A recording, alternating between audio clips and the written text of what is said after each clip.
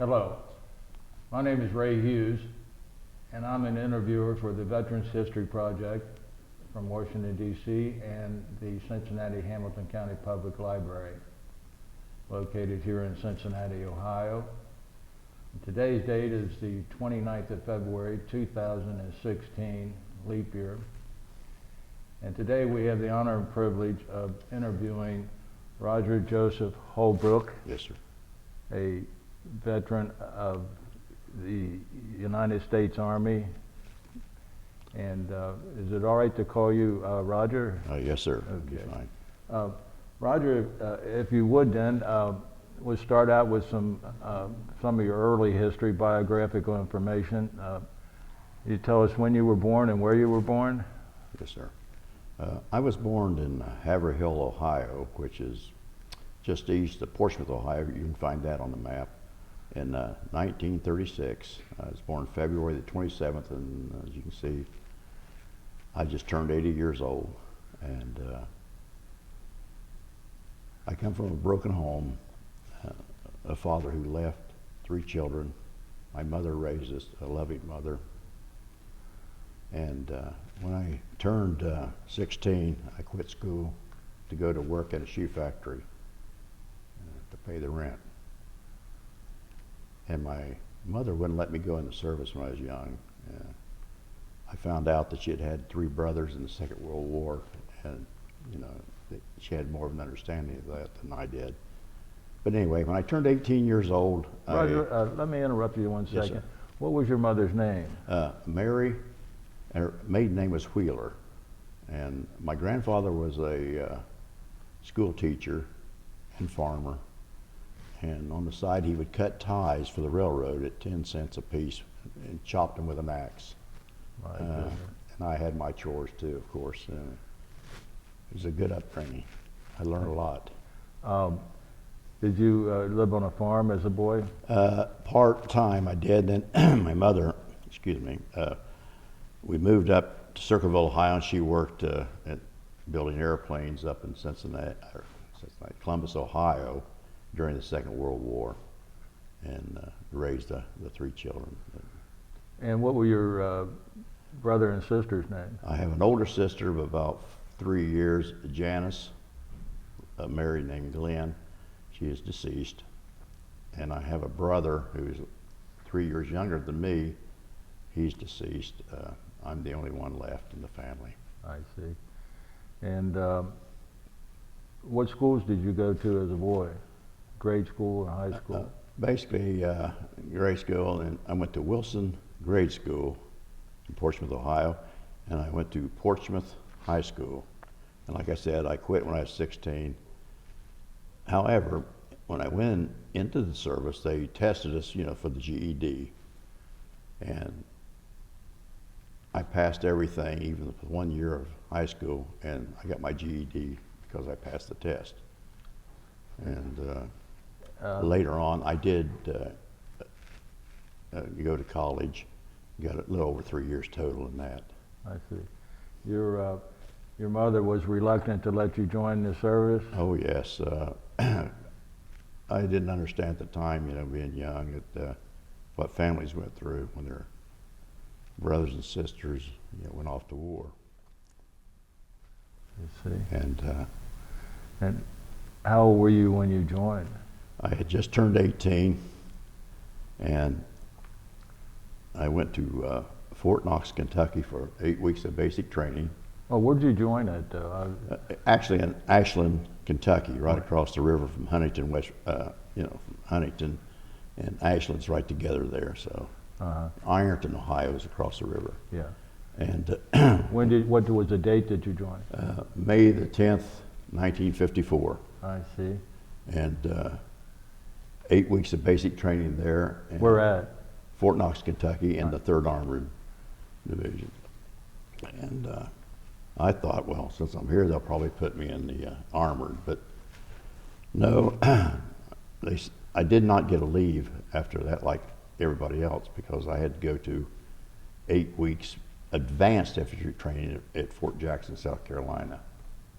And then when I got out of that, I didn't get a leave because this gentleman who had beautiful shine boots showed up, telling us that we could make $50 extra a month going in the airborne. So that sounded good to me, almost double my money. And I was actually sending most of my money home for my sister and brother. After I went to jump school. Where did you go to jump school at? Fort Benning, Georgia. The home of the airborne, I guess, is down there. And during that time period, we had another fellow show up from Fort Bragg, and he said, I never heard of it before, Special Forces. It was the 77th, and they just started a year or so before that, and they were organizing, trying to get enough people in to start all the training and everything. I was 18, I had very high scores in certain aptitudes, and so we had, on the weekend, on our own time, the only time I had off, I had to take a PT test and all the other things, that other test, and 3 of us were selected out of that jump school to go to Special Forces at Fort Bragg, North Carolina. When I got to Fort Bragg, North Carolina, used to spit and polish and all that sort of thing. It was a different world there. They treated you like an individual and a man. They give you the keys, go get your bedding out of the supply room, go get you a bunk, and tomorrow we'll take care of all the paperwork and so forth. So did that, got up the next morning and said, oh, by the way, we're jumping tonight. Okay. Had you ever jumped before? I'd never been in an airplane in my life. Okay. So, in fact, I was more interested in that plane ride, I think, than jumping. It was the C-119. And you're going to jump at night, he said. After I'd already had 5 jumps in jump school, and then when I got there, the first night I was there, we had to go out and parachute again. So we're in this C-119 at night. All the old guys were playing pinochle, and it was a reserve unit out of Wilmington, Ohio, who was flying that. It was unusual, and they wanted to get their flying time in, so we had to make many, many passes. So they said, well, Holbrook, you eyes in one door, and another guy's another door. And get out when you see it's where you're supposed to be. And we had a guy down there with a flashlight, shining here's the drop zone. And so, you're looking around, and nobody cared back there. You have to make your own decisions. It wasn't somebody telling you what to do. So that went well. And we did that quite often. Then they started different classes, okay, you're going to go to communications and learn CW and Morse code and that sort of thing. And I graduated from that in the first part of '55. Then I'd already had advanced infantry, of course, with weapons and so. And then I had demo and a lot of medical, take care of each other. We had medics on the team, however, we gave each other shots, and you had to take care of everything. And so we was going to Colorado for mountain climbing.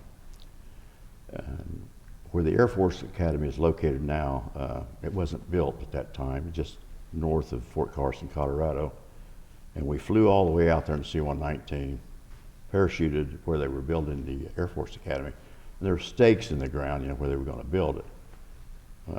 And then we trucked on down to Fort Carson.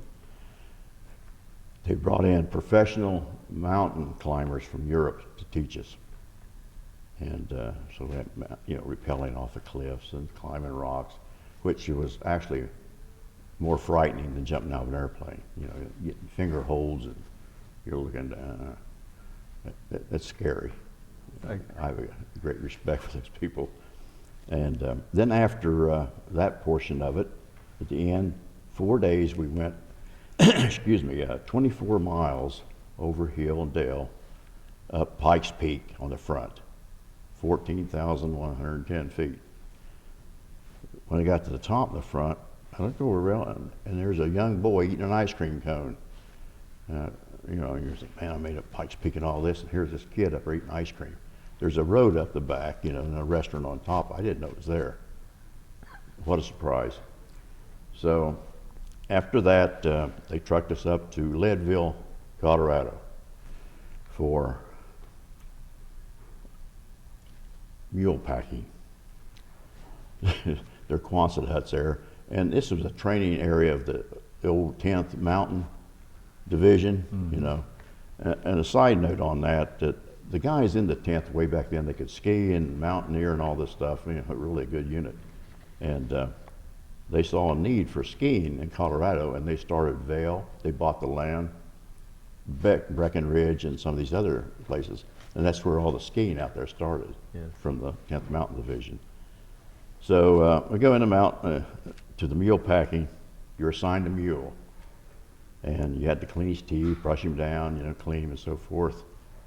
I don't know if this is appropriate or not, but when we had inspection, we had a big sponge, water, and you had to lift his tail and clean him off.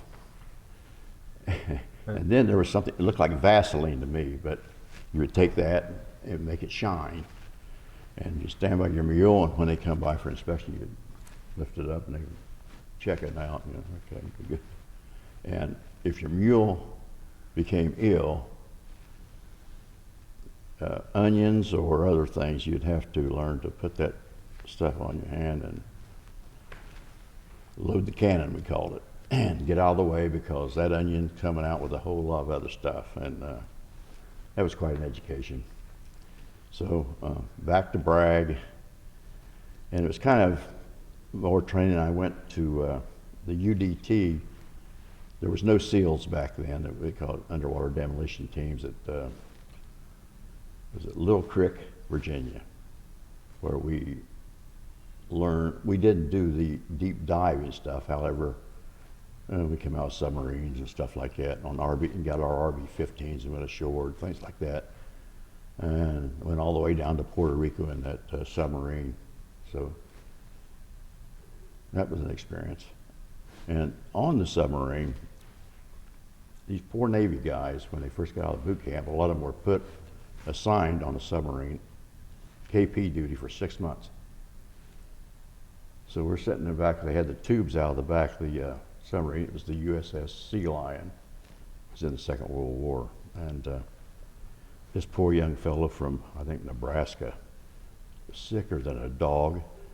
He couldn't do his work, you know, and they're on him back there. So we took him back, we put him in a bunk, and we went up there. After every meal, we washed dishes. Everybody, even the captain on the team, did it. You know, you know, you have to take care of each other. And I always wonder what happened to that young man in the Navy.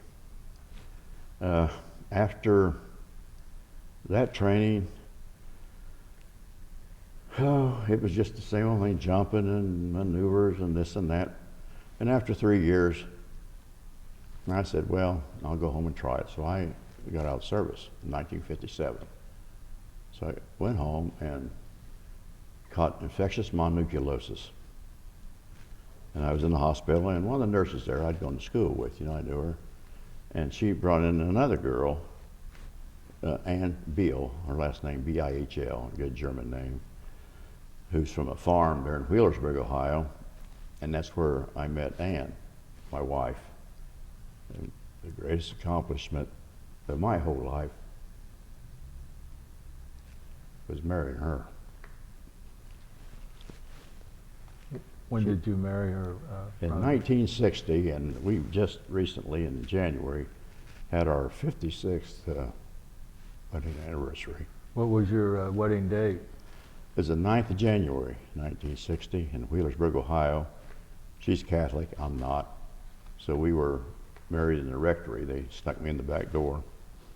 Now they do it in the church, but you know, things change over the years. But this woman, I get emotional with this. On her first pregnancy, she got hepatitis, and the baby didn't last too many days, and I had to bury it. In fact, we buried 5 children. But I have one, my son, that you saw up front. Very bright, educated man, businessman. And he married a young lady, went to school at Miami University with him. She's a doctor. I have a granddaughter 6, a grandson about a year and a half. The love of my life. What is your son's name? Jeffrey Jeffrey. Joseph Holbrook. And his wife's name was? Amanda. Amanda. And first time I met her, and he brought him in, he said, "Let's play Boggle." Somebody said that. So we was playing Boggle, you know, I don't know if you know about that, but, and you make words out of these letters that come up. So we all had pencil and paper, and we had a little timer there, and turn it over, and I'm getting a rat, cat, and mat, you know, things like that. And I had about 7 in a minute. And I'm looking over, and she hadn't written a thing down. And I thought, oh, geez, is she a little slow? After that timer went off, she wrote down 22 different words. And then I find out, yes, well, she's a very gifted person, you know. Anyway, I'm a lucky man. Roger, if I could, when you were doing this UDT training, did you make landings on different shores or beaches? Oh yes, we learned to go over the side of the ship with the old nets and things like that and get in the boats. We made landings, and then we come out of the submarine to make it in the middle of the night. I remember, oh geez. So went in, and we supposedly was blowing up a radar site or something of that nature. So we get back in the RB-15, that holds 15 people, a rubber boat, you know, but it's only whatever our team was. So we row back out there, and the sea's rough and all that. Captain's up in the middle looking through this thing into that night vision thing, looking for the submarine to pick us up. So we're out there about 2 hours tooling around. Man, they banned us, you know. Finally, he went down and he went, oh, he took the cover off the thing. Somebody said, throw him overboard, you know. Well, you don't throw your captain overboard. So anyway, it was way the heck and gone. So we paddle and paddle and paddle. We finally get picked up. Oh, it was miserable, cold. It was in January. Yeah. Oh, I still feel that. The UDT, though, actually, I think, become the SEALs in later. Yeah. You know, there was a need for all these different things. That's why Special Forces started. And you know, today we have Air Force Special Forces, you know, the Air Commandos, and Rangers who take airfields and all this sort of thing. Everybody, Marines who do their thing, you know. But you need all these special, and so now everybody's Special Forces. And the only way that the Green Beret is still the Green Beret. And of course, Delta Force came off of that. You were a Green Beret? I was a Green Beret for my whole career. Okay. And well, we left off there that you got married in January of 1960. You yes. must have went back into service then. Oh yes, she was in nurses training, and a Catholic Mercy Hospital, and I'd go up to see her, and we'd have to sit on the front porch with the light on, and every once in a while I look back and I see a curtain drawn, a nun looking out to see if I was behaving myself. You know, it was funny to say. So anyway, after I went back in service, and then as soon as she graduated, that's when we married. And it was anywhere we went in the world. We moved 23 times back and forth, different places and things. And when did you go back in, though? I'm sorry. In 59. In 59. Yeah. And your wife? She went with me. She went with you. So here we are, you know, and everybody thought I hit the jackpot because my wife was a nurse, not a military nurse, you know, from the same hometown, and said, oh, you make all that. Well, she didn't make that much money back then, you know, but it was a lot more than most people had, so we were very lucky. And in 1961, I went to Okinawa. It's the Ryukyuan Islands owned by Japan. And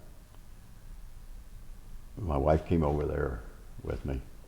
And that's when I had my first tour TDY 6 months to Vietnam in 1962. I went to Wacom. It's a little camp. The Vietnamese ran it right outside of Da Nang.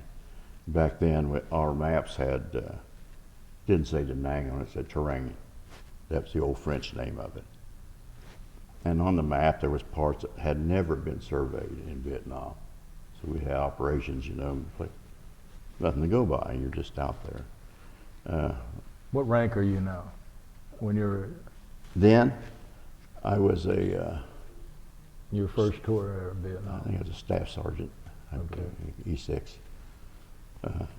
And then, and in Wacom, it was a training facility. We were advisors and we worked for the CIA, and it was called Combined Studies. We had to go to Vietnam with a passport, and we didn't wear U.S. military uniforms. We wore these little camouflage things that, you know, but we had weapons from all over the world, Swedish Ks, you know, and that's where I got the first time they ever issued out M15s. We got them, and some of the pictures in there is me training these Brew women. It's a Brew tribe. They're from over in Laos, and it was called the Trail Watcher program. And we would train these ladies to gather information for us, what's happening over there way back then. And there's pictures in there of a bunch of them, and I'm training with weapons and so forth. And when it gets to throwing grenades, I know today we have women doing everything, but they don't have a good arm. And training one night, and we were going to practicing ambushes. And the first thing you do is, when the enemy gets within range, we had targets there, so, you know, naturally. And so when the first round went off, then they threw grenades. Well, these ladies could not throw a grenade. I mean, go out there, you know. And the one next to me didn't know it, but when the shooting started, she was supposed to throw a grenade. She dropped it, and she's standing over it trying to find it. And when it went off,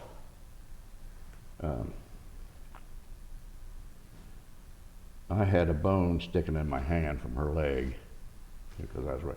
But she took the blast. I didn't, you know, it didn't hurt me. It wasn't that bad. But and I had to pick the bone out of there, and we had to gather her parts up, you know, because she was over top of the grenade. And then they wanted me to take these ladies out on night ambushes. I said, I don't think so. You know, this is not, you know, you usually start grenades throwing, all this stuff, you know, if you know, anything that moves at night over there at that time is the enemy. They know, don't be traveling at night in Vietnam, you know, you're fair game. And, but anyway, I trained these ladies, and some of them went on to be, our medics trained them, you know, for first aid and how to take care of wounds and so forth like that. I have pictures in there of me training these ladies. And the guy that took those pictures in there is, I think Foss was his name, and he was a Pulitzer Prize winner later. And his name was Fossil? Foss, I think. Oh, Foss. Yeah, and there's a letter in there from him thanking all of us for, you know, being able to interview us and do that sort of thing. But anyway, that was some of the training. And that camp is where we lost our first casualties in the Special Forces, some of the first. Marchand, Sergeant Marchand and Gabriel were on one team, Quinn and Groom were on another.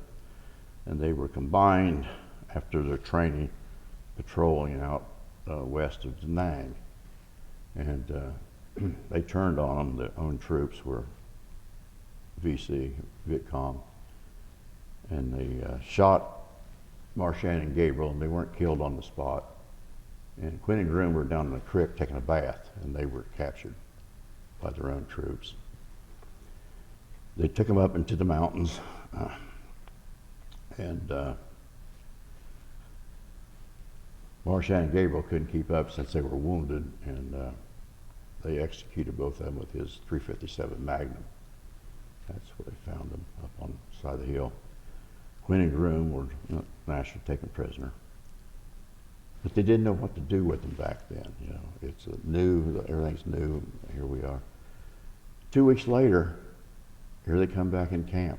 They took their weapons and everything and turned them loose. They didn't know what to do with them. Well, of course, our command said, oh my goodness, now we can't have these guys being killed after going through this, so they took them back to Okinawa. That's where we're out of the 1st Special Forces Group. So they go back to Okinawa, and we got paid extra, you know, $18 a day tax-free, because, you know, we were TDY, but we weren't supposed to be in the military. Anyway, of course, I guess they had spent the money, and they got back, and they wanted their money back. And they said, don't have it. So they sent them right back to our same camp. Quinn and Groom came back over. And it was an interesting time back then. So at Fort Bragg, North Carolina, there's a demonstration area called the Gabriel Demonstration Area, named after Sergeant Gabriel. And but anyway, that was our first casualties that I was around and I knew about. And went back to Okinawa, and a few months later, oh my, here we got to go again. So I returned from my second tour and went to 4 Corps, down Rockjaw, down in 4 Corps, right on the Cambodian border. And we were fighting against the Viet Cong, and in Cambodia they had what they called the KKK, Khmer Rouge, is what they are. And they didn't like the Viet Cong didn't like them, both of them didn't like us, so everybody shooting at everybody. And so there's just 3 of us that went up into that area with some troops, Vietnamese, Cambodians. We had a mixture. And we operated up there for 6 months, doing all that sort of thing. One interesting night, we got word that there's going to be a big get-together with the Viet Cong down this little village. So we get in, about midnight we took off, paddling up the canal, you know, sneaking in. George Hoagland and I were on it. And as soon as our canoe dugout type of thing hit that bank, we had a A6 in front, machine gun. That thing tipped over and went in the water, and they had the whole line of that ammo went, you know, just on that wood side. Dogs start barking, you know, it woke them up. So George, he's over the side gunning. He got the machine gun, got it back there, and we turned around and hightailed it back to camp. But he was a very good friend of mine, George Hoagland III. He was killed later.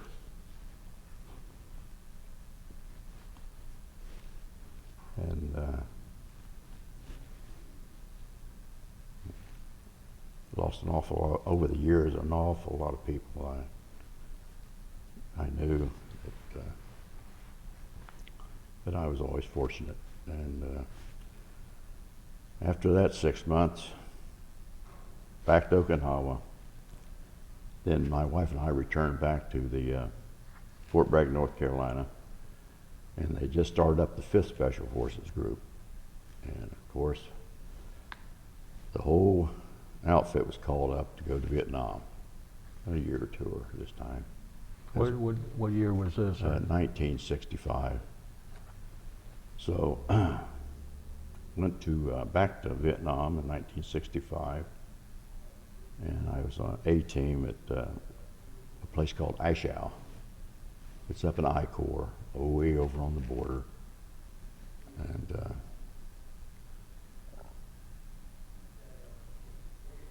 and they needed people with experience from Vietnam to come in, and we'd start up a Nung reaction force. N-U-N-G. My wife thought I was saying none, but it's Nung. It's an ethnic group out of North Vietnam on the China border that when the 54 Accords, over there, then they got to come south to South Vietnam. They couldn't vote, they couldn't, they were just there, so they were very loyal to us. We paid them well. And that was the troops we had, the Chinese Nungs. So I worked with them. They called me in because I had experience, been there a couple of times, And we reacted to anything happening in I Corps, whatever happened, downed aircraft, you name it, we did it. People probably don't even remember some of these things. We had drones going to North Vietnam, taking pictures way back then. And they were called, Blue Streak was one of them, and it'll come to me in a minute, but anyway. That's a drone you're talking? It's a drone, and it has a camera in, but they weren't as sophisticated as today, so when they would launch them, they go up north, and take the pictures and all that, and they come back, this big G-13, a big old orange parachute would come out, and wherever it landed, we was in 3 helicopters, me and the nuns, up there waiting for it, everybody looking, you see it, and then wherever it lands, we'd go down, secure it. I'd get the camera out, another chopper would come in, we'd give them the camera with the film in it, and they would hightail it out of there. And if nothing bad was going on, Were these piloted planes? Oh no, they were drones. Remote control? They were programmed to go, and I see. they were on their own, and that's why when they came back, depending on the weather, wind, and all this, where they landed, so we'd have to retrieve these things. And Blue Streak was the other one. So there's 2 types that we knew about. And it was a dangerous operation there. You never know where they're going to land. Some funny things happened on occasion. One time, it landed on this old farmer's hut, and he had pigs next to the hut. So this thing comes down this big 100-foot orange parachute, boom, lands and kills one of his pigs.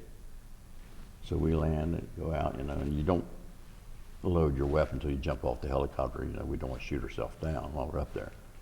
So here he comes, this old man, he looked like Ho Chi Minh, long white beard, and he had this big hook knife. Here it comes. Well, that thing had killed one of his pigs, and he was mad as a hornet. Oh, here he come, and he's after me, because only white guy there. So I didn't want to shoot the old guy, and I kept putting my weapon up, and afterwards you think about it, I could have lost fingers or whatever, man. He was whacking away at me, and I'm trying to fend him off. And finally, when I put my weapon down, I'm like that, he quit and calmed down. And then after all that was done, I looked down and I had no magazine, and it fell out when I jumped out of the aircraft. It didn't lock properly. I had no ammo. And I had all these nicks on the end of my barrel, me trying to fend this old guy off. We paid him, I don't know, 800 piastres or something for the pig, which is way more than it's worth. That's their money, or the piastres. And Were you flying with Nungs at that time? Oh yes, I was. They come out of the helicopter with you, or? Oh yeah, these guys, they were very loyal, and we paid them well. We paid them almost like you'd pay a general in the Vietnamese army. Loyal, they were loyal to each other, and the Vietnamese didn't like them. They come out of North Vietnam to the China border. Mm-hmm. They were a little taller, stronger, and very loyal. I didn't have to worry that somebody in the middle of the night, shoot me. These guys they were good. Had quite a few experiences out with these guys. Anyway, we'd go over by Laos and cross the border. You weren't supposed to at that time, but we did. We're going to find out where all these reinforcements are coming from and so forth. And coming out, I could only land one chopper at a time for the pickup, and they had been gathering around us, a large force. And we were down to the last, I had, 6 nuns and myself. And we used just Vietnamese pilots because the Marines weren't over there yet, and that we used in I Corps. And so we got in a chopper to get out of that on the landing zone. And they were already attacking from the side and shooting at us, going, hopped in that thing. We got a couple hundred feet, maybe couple hundred, and black smoke come back through that thing. It was an old CH-34, helicopter. And we got over top of them and crashed through the trees and went in. The door gunner, I was in the doorway shooting with the machine gun hanging from a rope. He was shooting, they got him. And my radio operator was here. They got him. And I got hit with shrapnel and stuff, only from my nose down. Like across here and down from my chest. And of course, then we went in, crashed. Smelled fuel. When I go to a gas station today, the first thing when I fill up, I smell, and boom, I'm right back there. I'm not scared or anything. It's just it always brings you right back to that moment in your mind. How when things like that happen to you. But anyway, there was branches breaking through the thing. We went in on the side of the hill, and I saw a little daylight, and I crawled down through there. And of course, the Vietnamese pilot and the co-pilot, they got out. The gunner there was dead, and my other nuns got over. I felt people running over me, getting up to the front to get out of there, but I was upside down. And so I went around the front of the chopper, and they were there standing, and here we could hear the North Vietnamese coming for us, shouting and everything, and they thought, well, they saw it go down. So you get around the side, and you do a quick count, but you got to get out of there. As we turned around to go around, there was one, I thought they were all dead, but one nun in there couldn't get out, and it started burning. And it was pretty rough hearing grenades go off on him, we had, and then ammo burning. So we took off up the hill. What was left of us. And one guy was shot through the leg, and it strong. He didn't slow him down a bit. We're all beat up, from that crash, but we hit the trees. And so I headed up the hill a little bit, and right at the crest, for some reason, I heard a click, just one little click, metallic. So everybody, we got down, and 6 of them run right. They were going down to get what they could, 6 of them run right on top of us. I had a bush here in front of me, and I'm behind it, and right there he was. So, but they didn't expect us there. Got him, the first round, went through him and got the guy behind him. Two. One round. It's just one of those things. And the other ones were, when something happens like that and they're on top of you, they didn't shoot back. Some of them hit the ground. So I got them, and the nun come behind me, and he was redoing them behind me. And the last one was taken off. He's about 15 yards away when I got him. And so we got all 6 of them, and took off the side of the hill down the other side, and made it to right before dark, and we circled around. We call it coveying, like a bunch of quail, they'll get tail to tail in the circle, for security. That's what we did. We call it coveying. So down, there's a nice creek down there too. So we stayed there and didn't know if it's coming after us or what, but never saw another shot fired. But of course, word got back from the guys that left on the chopper before, saw the chopper go in and go burn. They thought we'd had it.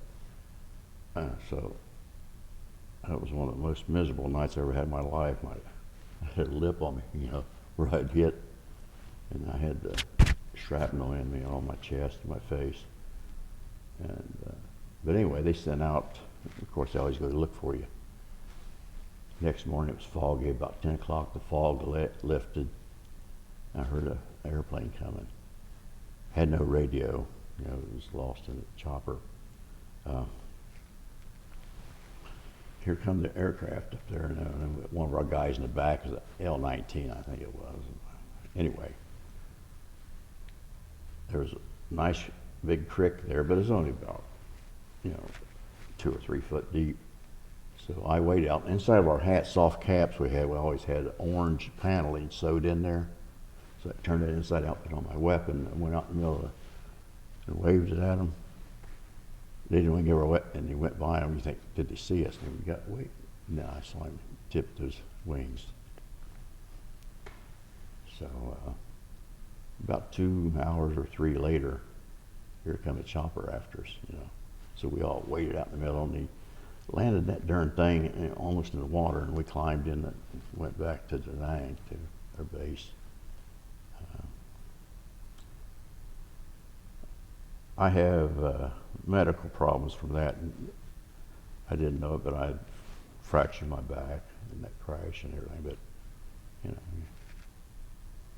I kept parachuting and everything. I always had pain and everything. But you think, just getting older, things like that. We all have pain. 6 months I did that with the nuns, and so they were expanding. This was a very successful program, so we expanded it throughout the country. But had lots and lots of different, so they brought in A teams, to command these things instead of just, hodgepodge like we did it, to start it. So I went back out to Ashau with my team that I came over with, and boy, at the end of that tour, we got back to the States. I got a letter that my mother was terminal.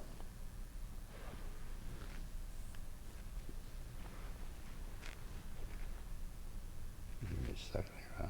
No. So got back to the States, for my mother. She died then, but just a couple of days after that, I picked up the paper, and our camp was overrun.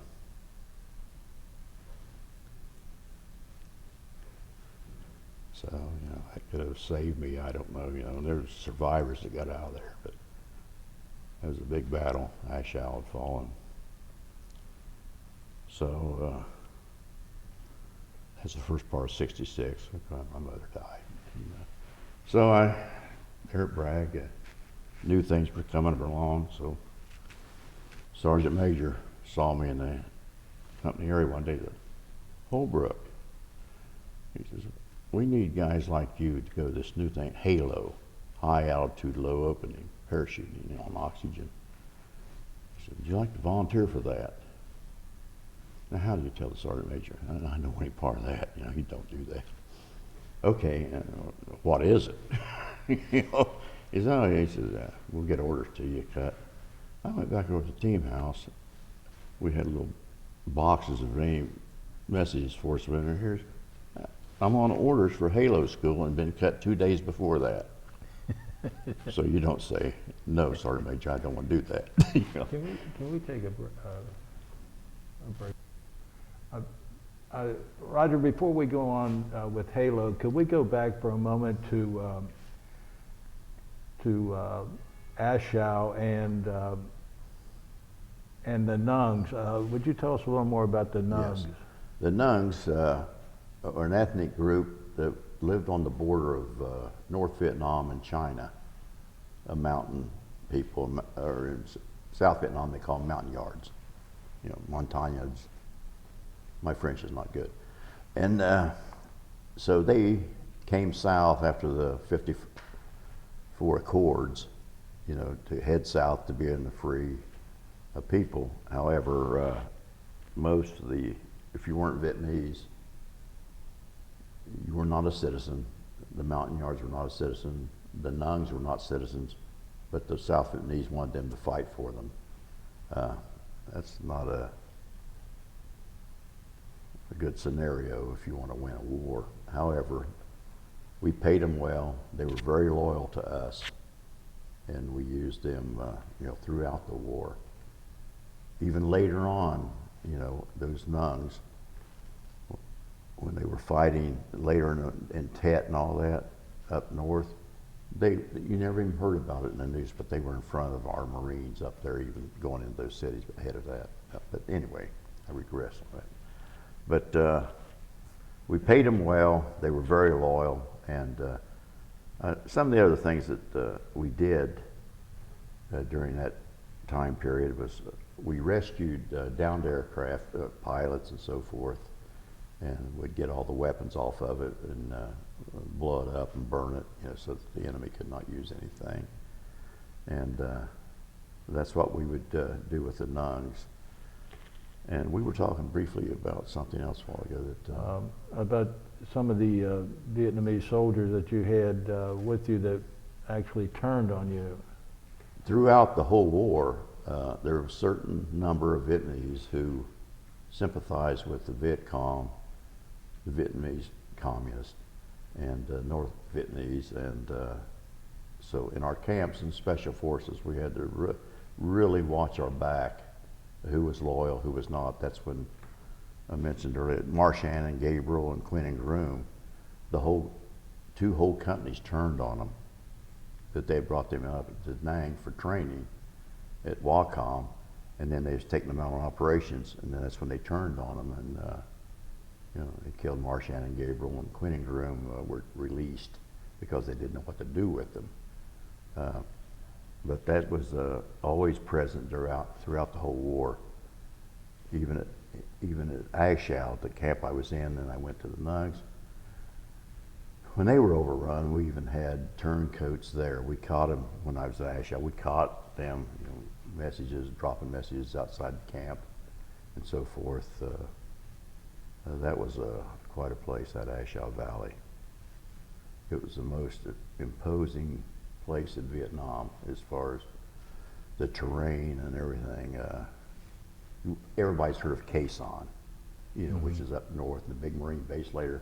Well, in '62, we actually opened that up there, and with Special Forces. We'd been there since day one in that camp, in that area, and we used Quai Son as a launch site. Now, the Marines were stationed there, but we used that to go in there. Then we would launch over to Laos or North Vietnam, wherever we were going, to do a lot of war to happen. Well, this is a later thing I'll tell you about. But the Nuns, we trusted them, but we could not trust the South Vietnamese. That we try to keep the two-man system if we could. You always keep an eye and see what the other guy's doing and protect each other. Because I don't know how many we caught in Camp Ashau that were for the enemy. It's kind of tough when you're fighting a war and you wondering about people around you. It works on you, really. So, but I was telling about when I went back to Ashau. We had what we call a forward operating base called Alui. It was just north there, between there, and everybody's heard of Quai Son. Further up the mountain, there was no roads out there.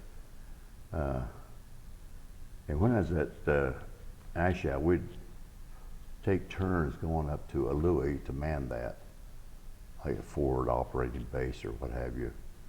And 2 or 3 of us would go up at a time, then be relieved by other team members.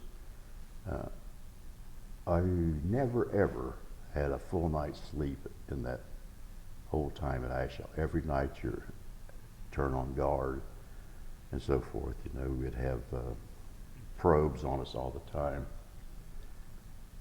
In fact, we'd mortar around the thing, and one time we went out, we find body that you'd killed and you didn't even know you killed him. And that Ashau was, that was quite the place. However, when you see our other services, like the Air Force, for example, if they've been bombing runs up north or wherever, they'd have that thing souped up. They come over the camp real low, breaking the sound barrier, and before you know it, wham! You look up and there he's doing circles going in the sky, you know. Then we have other people like have been up at Quezon, and they would come by and they would drop our mail out to us. They didn't like to land there at Ashau. That was something at Ashau. Yeah. And we were talking about something else. How long were you at Ashau? A whole year. A whole year? Yeah, but I spent the first 6 months with the Nungs, you know, and we were talking about them. I did mention they were from the border of Yes. North Vietnam and China, and they were a little taller than the average, you know, mountain person, and strong, loyal, very loyal. I didn't have to worry about looking over your shoulder. But like we mentioned earlier on about the South Vietnamese, there's two companies that we had trained at Camp Wacom and killed Marchand and Gabriel and Quinn and Grimm. But you never know when they just send these people in from different parts of Vietnam for training. They would use them as a strike force. And after they had turned on you, they just continued going Oh, north? they went, you know, well, they went back out to the mountains with the Viet with Cong. the Viet Cong. Yes. And so you didn't know who your friend was, really, you know. But the Nungs were very loyal, and you know, you didn't have to worry about turning your back on one of them. This is 65 and 66 we're talking about. Mostly 65, yes, Mostly. sir. And I mentioned earlier about, you know, when we went down in that helicopter, and those guys were so concerned about me. They would bring over, if they had something extra they thought I needed because I was bleeding and so forth, you know. But you know, it wouldn't, you know, it looked bad, worse than it was, really. But these guys were, another operation we were running for our life, basically. We got into a real hornet's nest, and weather set in on us. We couldn't get out. And we finally got away from, these were North Vietnamese after us. And we finally thought we'd got away from them. And so early one morning, good grief, you know, still socked in, couldn't get helicopters in, couldn't get any help. And we had a little outpost around our, you know, main body there. And the North Vietnamese walked right up on them, and we killed several of them, or our Nungs did. And but we couldn't move. We couldn't leave that area. We were surrounded, and we couldn't get helicopters in. We couldn't get air support, anything. And the weather was, and it's cold in those mountains. You get up in the 50s. Where were you at roughly? This was on the Laotian border, up in Icor, northern part of Vietnam, over on the border. And we'd been inside Laos, and we came back out, you know, and they were on us, a lot of them. And but then once they found us, then we were mortared, rocket launchers on us, and machine guns. And we took quite a few casualties. And it was cold, and our guys, the ones who were wounded, the Nungs we had to have 50% up all night, you know, make sure that, you know, that they weren't coming and attacking us and so forth. And they would come back with the wounded, put a poncho laying on the ground, a poncho, because it's raining most of the time, and they would hug them and keep them warm.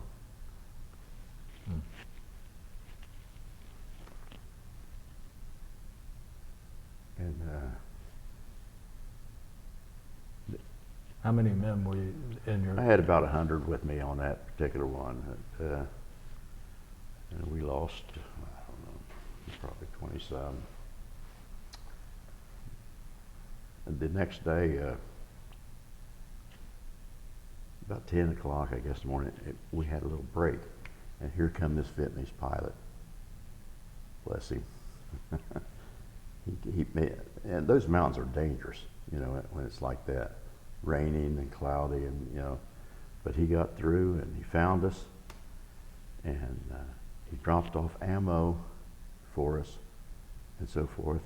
Our dead, we had them tied up in ponchos. You know, if we could get them out, we would. If not, we'd leave them. And so we got down with the most serious wounded. We, you know, was going to get on this first chopper to get them out of there. You know, try to save them. And we had them in there, about 5 or 6. We was high in the mountain, so you couldn't take a whole lot. And this one of our young lungs, he must have been 16 or 17. He was scared out of his wits anyway. I was around in front of the chopper, you know, getting ready to send him off. And the pilot, he pointed like this down in the chopper. And what the hell's going on? So I go around and look in. This kid's on there. He's not wounded, but he's going to get on that chopper and leave. And he had a gun on the Vietnamese crew chief back there, you know, and on me when I got to, you know, around the side and saw what was going on. And you know, I put my weapon kind of to my side, put my hand up, and I got in on the chopper, and he was scared to death. They couldn't get out of there with all that weight on there. Excuse me. And so, and I got on the chopper, and I just tried to say, no, okay, you know, let me know, you're going to go. We're going to get you out of here. And I know his eyes looked up at the pilot and took him off me for a second. I got him and drug him off.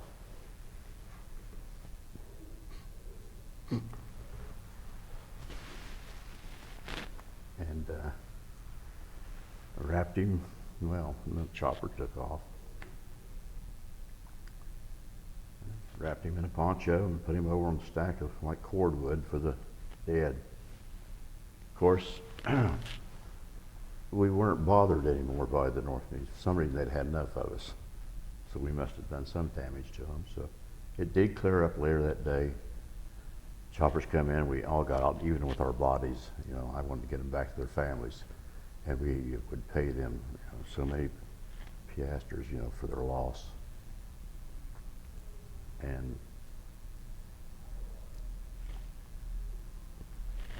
the parents of this young man, we told him that he was a brave young soldier,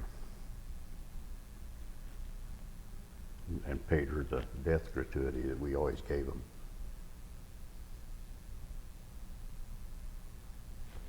She drops down on her knees.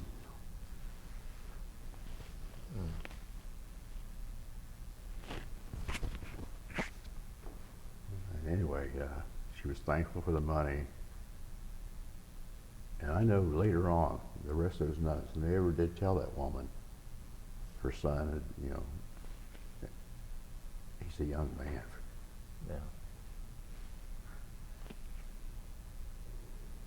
Anyway, we always paid a death benefit to the families that were killed, and oh boy, those kind of things were rough.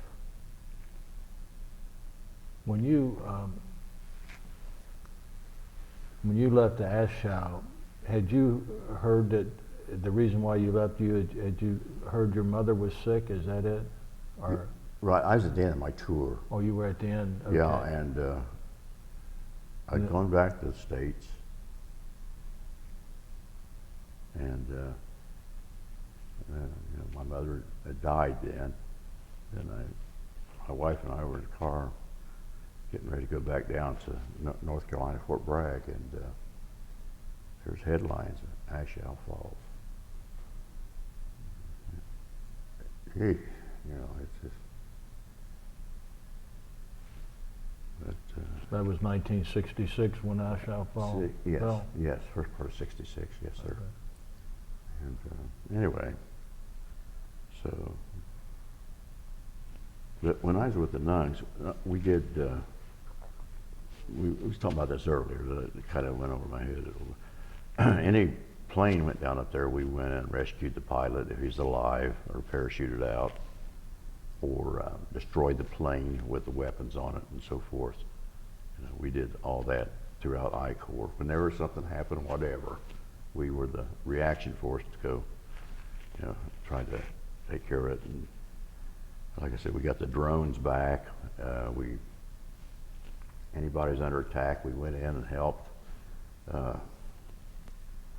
That's quite a year. In fact, that 1965 was the hardest year I spent in Vietnam. You know, and I think I weighed 130-some pounds when I went home. Oh, geez, I forgot about that.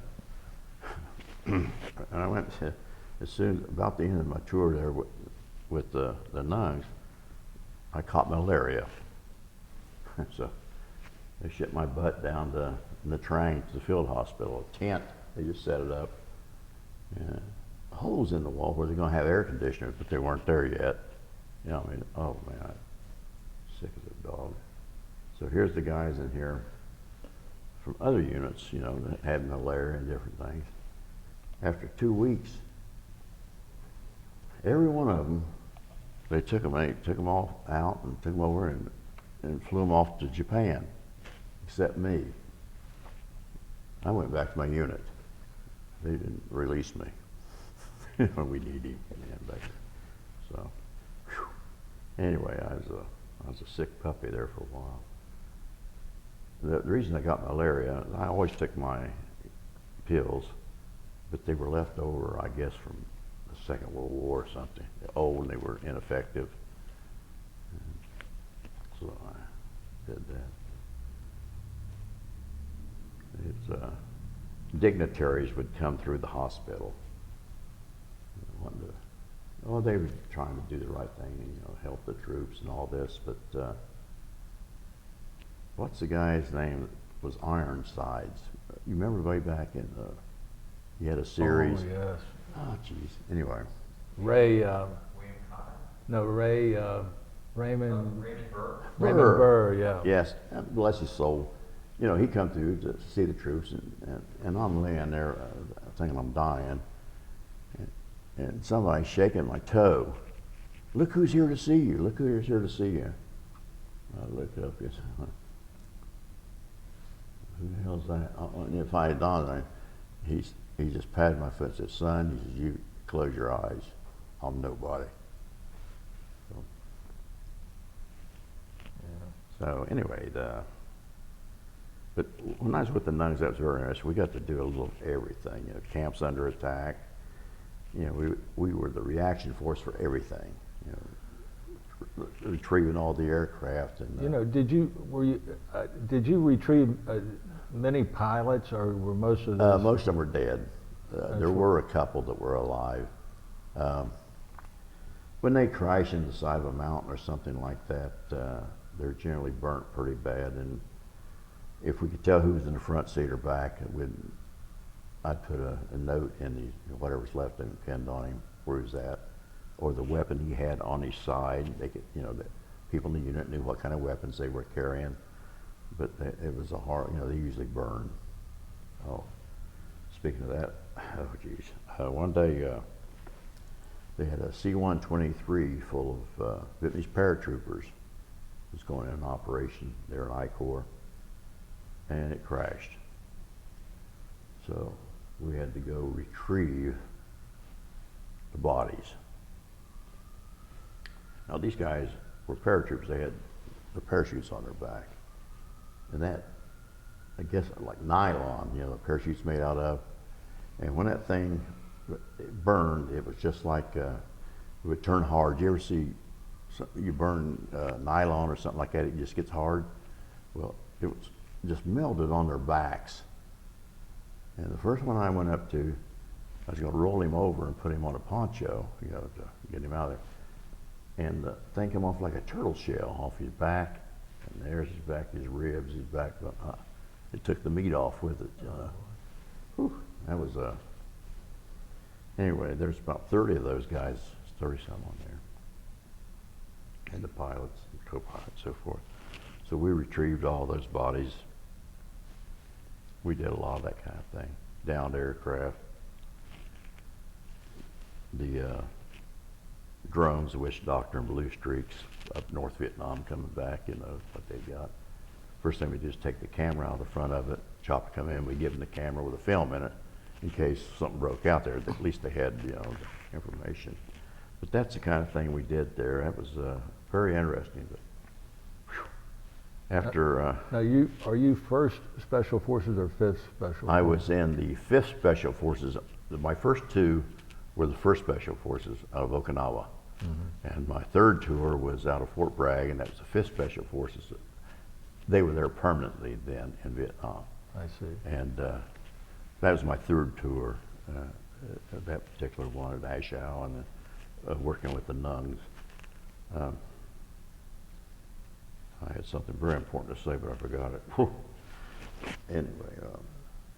I apologize for interrupting you. No, that's all right. You know how that goes. Just 80 years old. Oof. Whew. Anyway, like I said, when I went back to the States, that's when I found out my camp had been overrun. You know, all the guys I knew and everything. And then when I get back to Bragg, when we go into the Halo, high altitude, low opening, and we had no money for the thing. And was that Stennis that used to be over the Armed Service Committee years ago? I think it was Stennis. Yeah. He come there, and I got a call one Sunday from a colonel. Holbrook, he says, you got to get a spiel up about Halo. We need funding and all this, and all these congressmen are coming in, and we've got to impress them on how important this is and so forth. Here I've been drinking beer, you know, and I have to write something and put my gear on the next day and be there to talk to all these congressmen trying to get money. Good grief. Anyway, I quit drinking beer, started drinking coffee. And so the next day there I am with my Halo equipment, high altitude, you know, the free fall stuff, parachute on the front, you know. You never see a free faller ever with that on the front. That's all we had back then. We didn't have the ones, you know, one underneath the other, real nice stuff. This was all hodgepodge put together. We had Air Force B-12 backpacks with a T-10 in it. And a lot of times when you're falling, you're trying to stabilize. It's not called a ripcord, it's anti-blast handle. Whoops, I'm sorry, what did I do? Would you mind putting that on? Allow me, yes. Get animated here. It's all right. Go right ahead. I was talking about the Halo. Yes, and it's going to talk before the Congress. Oh, that's right. Stennis's group, you know, trying to get money for the Halo program. So I'm up there talking about all this stuff, what we do and how we do it, and how I can bring a nuclear device in and so forth. And they never heard of such a thing, even the, you know, well, it was new, and we were actually, at that time, trying to figure out the best tactics to use with Halo, how to do things. You know, we had hodgepodge equipment. It was really, I don't know what you call it, dangerous, but it was new and different. So Stennis asked me, he says, Sergeant, he says, well, how much extra you get paid for that? I said, not a penny. I get my regular jump pay, and this is an additional. He says, you must be dense. So, no.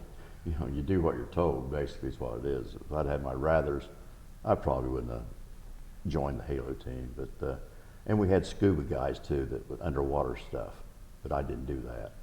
In fact, my wife was pregnant at the time that I went, and the reason I went to Halo is because I'd be home every night. She's bedridden. We'd lost all these children I was talking about earlier, 5 of them. And so Halo was there, so I did that, you know. Exactly what were you going to do in Halo? What was your mission? Well, the mission was to at that time, I'm sure there's other missions, but to plant a nuclear device wherever we wanted to. And we carried it behind you, and your legs would fold up on it. And I don't want to get too much about that because I don't know what's still classified on it. You can say it was, you know, and it was as powerful as what we dropped on Hiroshima. But you could carry that sucker in. And you were going to plant it in the Wherever ground we want somewhere? to, and I'd put the detonators in it, and then get down and go the opposite way because you know the fallout from that thing is. I always thought, well, if that thing goes off, to take me with it so they don't have any evidence. That's always in your mind, you know. Mm. So anyway, that's how, and it would make your bottom heavy.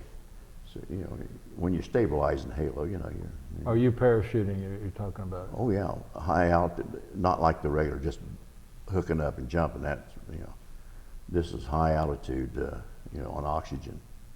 You're up there, but say this rug here was Cuba. Now we could go out here, say 30,000, whatever we wanted to, prevailing wind. Get out of there, and we could come in, not even violate their airspace, and we could get in and land on the land. They wouldn't know it. Now you physically are going to land Oh yeah. with that nuclear device. Well, it was on a 15-foot rope. You know, and when you get close to the ground, you release it, and it draws, and it's tied onto you, and it drops below you, so it hits and you don't hit with it. You know, so. And then you arm it and Then yes. And And it's then the you- only place in nuclear where one man carries the detonators with it. And you hightail it before you set it off, or is well, it? you go set it off, and it had timers. Okay. You put the timer, and then you get the hell out of there. But I always wonder when I set that timer, it will go boop. Does it go then? So there's no evidence of who did it. I always wondered about that. You know. But I have this is way back in the '60s. So I don't know what, you know, it's transformed since then. You never had to fulfill one of those missions, I assume. Oh, no. These were always dummies that we had on us, you know. In fact, I take it home as I go and jump early the next morning. I went, what's that? Oh, that's a nuclear device. Jesus Christ, what are you going to do next? But, you know, And you had other guys that were part of the SEALs, or like the SEALs, going to do it underwater or something, a different crew? Or you did mean when I was on the submarine? No, when you were with Halo. Well, it had nothing to do with underwater. Nothing? This is Okay. all high altitude parachuting. I see. And Okay. back then we had what we called skyhook, for example. I never had to do it, thank God. I didn't want to do it. But you sit down, you got this harness on and everything, and there's a rope that goes up to this big, like a weather balloon thing. And this Air Force come, they have this big prong out of the wings, and they come by and they hit that string and hook onto it, and you're going from 0 to about 120 mile an hour in just seconds. It lifts you about 6 foot off the ground, and you're behind that air. Then they take you up, and the guy in there would put that rope around this guy, turn on, and winch you up the back tailgate. And it's a funny thing because a friend of mine who worked on that, he said, you know, when you're on the ground, you're brave as hell. But he said, and these are some brave guys that were pulling in there. He said they'd get up on the edge of that tailgate trying to get up on there, and he said their damn fingers would be almost bent backward trying to get up on that in the back of that aircraft, get in there. It's funnier than hell, but and we got no extra. Today they pay them a lot of extra money for that, doing that stuff, but we got nothing, you know. And so, moral of the story is don't get on something new that hadn't been done before. So how long did you stay there under this Halo program? The rest of my time in, and when they needed Halo, I'd be called on to do whatever needed to be done. Well, now, what did they call on you that needed to be done, for example? Training, just training. So, you know, God only knows what they got today. So they call, there's another thing they have now called hey ho. it's high altitude and high altitude, high opening, where you open way up there on oxygen, then you drift miles and miles before you land where you want to go. So yeah. And back then we had nobody looking over our shoulder. You had a timer supposedly in your parachute that would open automatically at say 2,000 feet. What altitude did you jump at when you were doing Halo? Well, in school, you only go to 20,000 feet because it's expensive, you know, for this aircraft to do that. But my highest one at night was 25,000, and the highest one day was 34,500. You can go up to 43,000 feet. Now, when you go off for that training, and you're in these pressure, you know, when they take you like you're up at that altitude, and then they take it like you lost pressure. A lot of guys, if you have sinus problems or even air in your fillings, expand 10 times, and it's excruciating pain. And a lot of good men, you know, better men than me, couldn't make it because of simple things like that. You know, so you never ever look down on somebody who tried it and couldn't make it. You know, because it's just one of those things. So they would take you up to 20 to 35,000 feet, and then you would parachute down? Oh yeah, tailgate go down, you're on oxygen. You have, sitting in this, say my team's on here, we're all hooked in this big oxygen tanks. And then we had a bailout bottle, you know. So when you're on there and we get ready, get close to target, unhook from there, and you hit that one, and your oxygen, you know, is there. Did you ever have to make any jumps like that in foreign countries? No. Okay.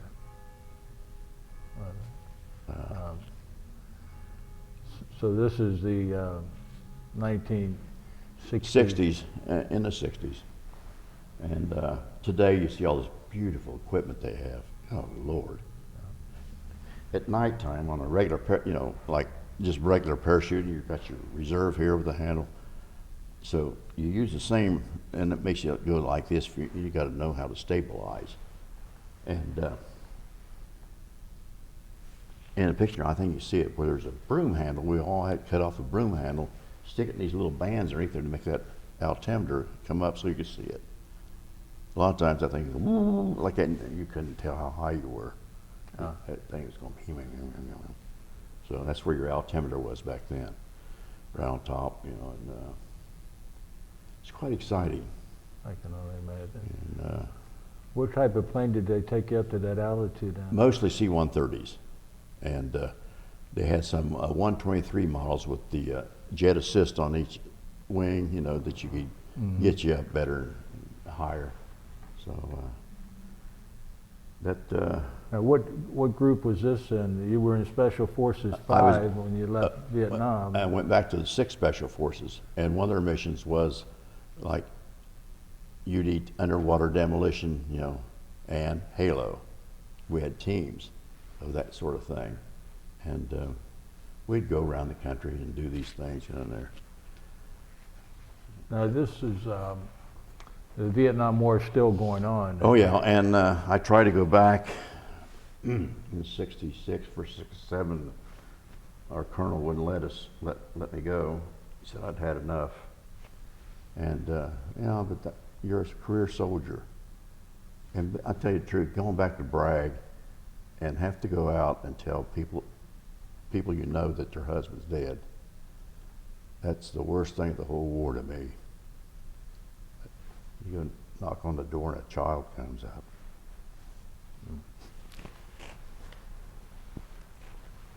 Yeah. That's pretty rough. I don't care who you are. Right. Yeah. Now what?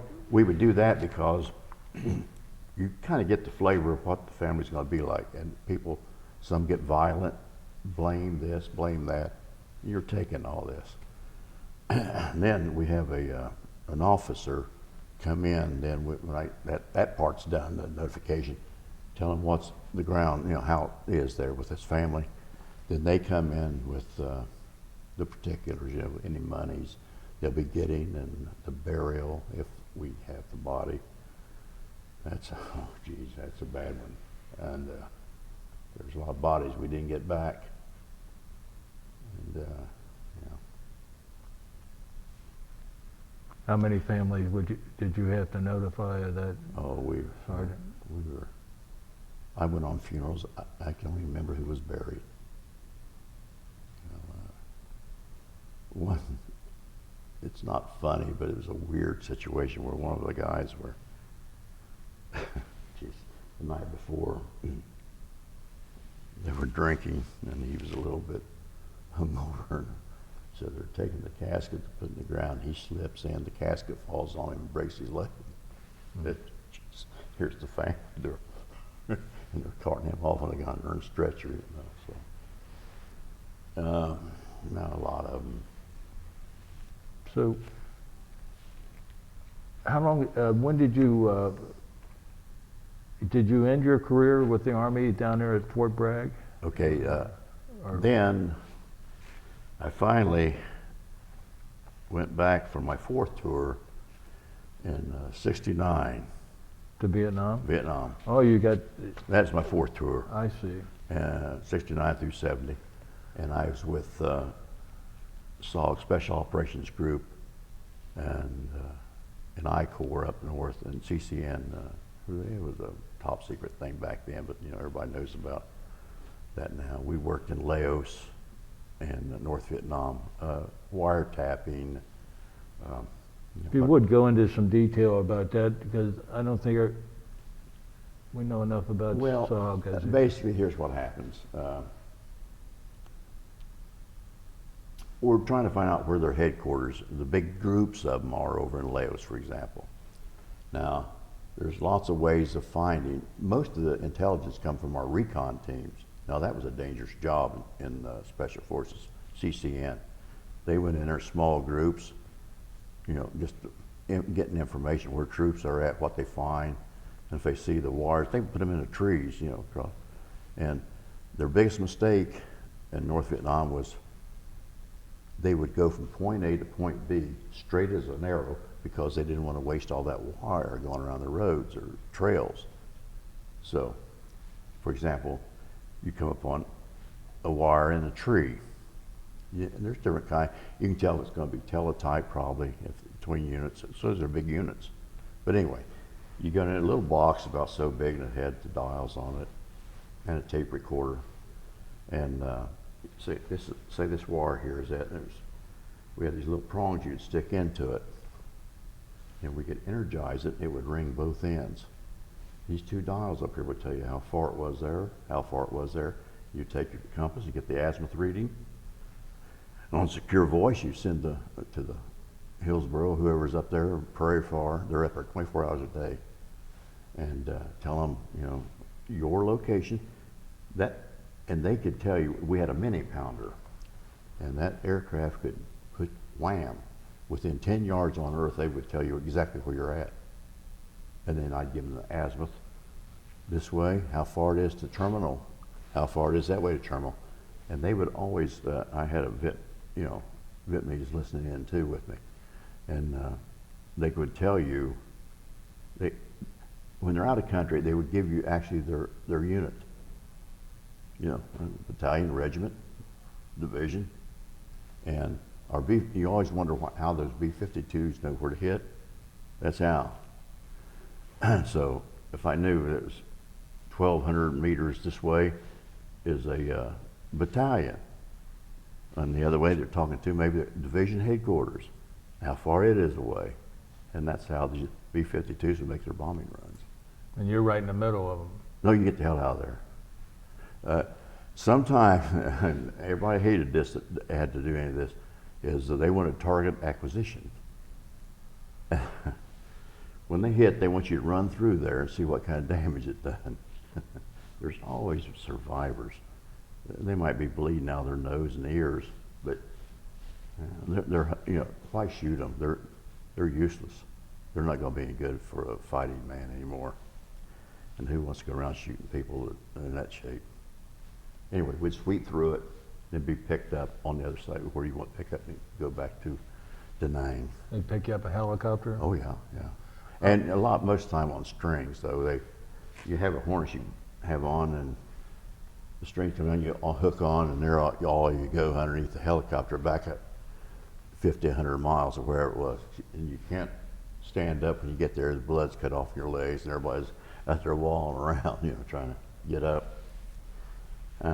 Are you serving up there on at those times with Americans or with your South Vietnamese? On the team, you had generally 2 Americans, and the rest were Vietnamese or indigenous personnel from that area. We actually had people that come over to Vietnam that knew those areas because they lived over there before. And you're over in Laos now? In Laos, yeah, or up in North Vietnam. And we even had plans one time to, yeah, you know, it don't mean you're going to do it. But the My Gia Pass up there's a big pass in North Vietnam where everything comes through there and goes south. We were thinking about putting a nuclear device there and closing that down.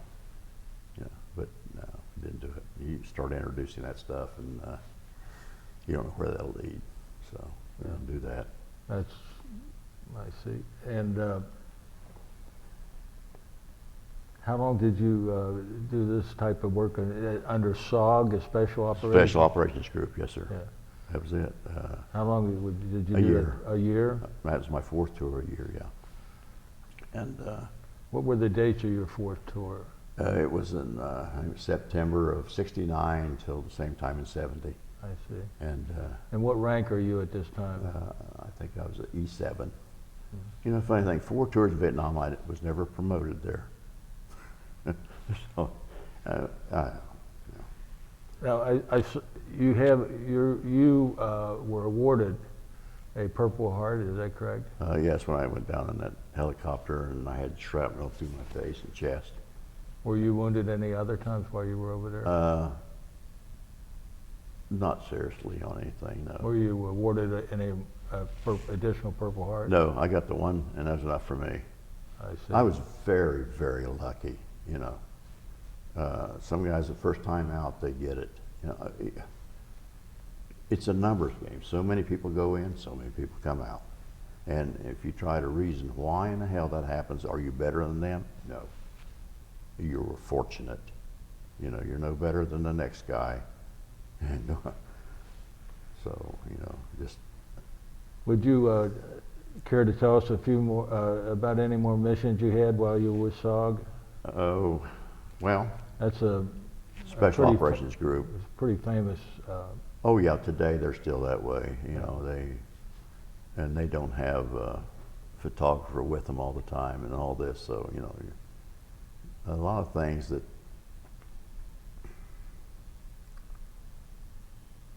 you know, some things I don't even know if I'm supposed to talk about, so I don't. And for example, I'll give you one, and hell, it shouldn't be classified. Anybody with any brain can figure it out. You can tell over in, you're over in Laos, and the troops are going, you know, from North Vietnam south, etc., and south back to north. Rare do you find those guys, but if you kill someone, we had this little gadget. I paid a guy to do it. I didn't do it. And you could ram it in your stomach and suck it out, and they could tell the food if he'd been up in North Vietnam or if he'd been south. And it was done by the 101st Research out of, I think it was Way Phu Bai where they were at there in I Corps. Stuff like that, you know, their intelligence. We had, well, after, when I got back from that last tour in Vietnam, I went to Eglin Air Force Base, Florida. And it was called a project secret called Ignition Switch. And there was about 6 or 7 of us down there. And we tested all this new, every one of these sensors you see now, home security and everything, motion detectors, in the battlefield environment. They wanted people to know, is this practical before they buy it from these companies making all this stuff. One of them, for example, was it looked like a dog dropping. And they could scatter them over a big area and they could drop bombs, but they wouldn't go off, they'd bury, bloop, you know. Then you step on that, put out a signal, and that bomb would go off around it. So troops moving through there, you can block off big areas, you know, so you won't have troop movements in there. You funnel them where you want them to go, things like that. It's you know, sensors of motion. What kind of trucks are going down those trails? You can tell by the frequency of their engine what truck it is. Is it like a deuce and a half? Is it a small one? Things like that, you know. And they even have them sometimes with cameras. You know, that's the kind of thing that we tested down at EGLA. And you were testing that type of Oh yeah, I was a device? project officer, one of them that, you know, I would be assigned to test certain things. I was probably the only, they changed the MOS for the orders, but I was actually doing the commo thing for them and drawing demolition pay because we had set out, you know, different size explosions and see what kind of a sensor would pick up, you know, and tell you what things are. And, you know, there was use in this stuff, but it's, you know, a little out there. And so that's what I did at Eglin. And then when we left there, I could pick wherever I wanted to go, they said, in Special Forces. So I went up to the Pentagon, my wife went with me. And I said, they had 2 Ranger companies in Michigan, or one in Michigan, one in Indiana, and they had some Special Forces up there. They said, no, we need them up there. I said, I love to hunt and fish. I'll go to Michigan. So went up there, Selfridge Air National Guard Base, you know, and I jumped all the airborne guys in those units and things like that. And I taught, you know, at their meetings and so forth. But God, you work hard every weekend, summers up at camp at Grayling and things like that. And you know, it's interesting, you know, a lot of interesting people. Now you're still making jumps every month? Now? No, then. oh yeah, I parachute all the time. You know, I didn't halo up there, but How many halo jumps did you make, would you say?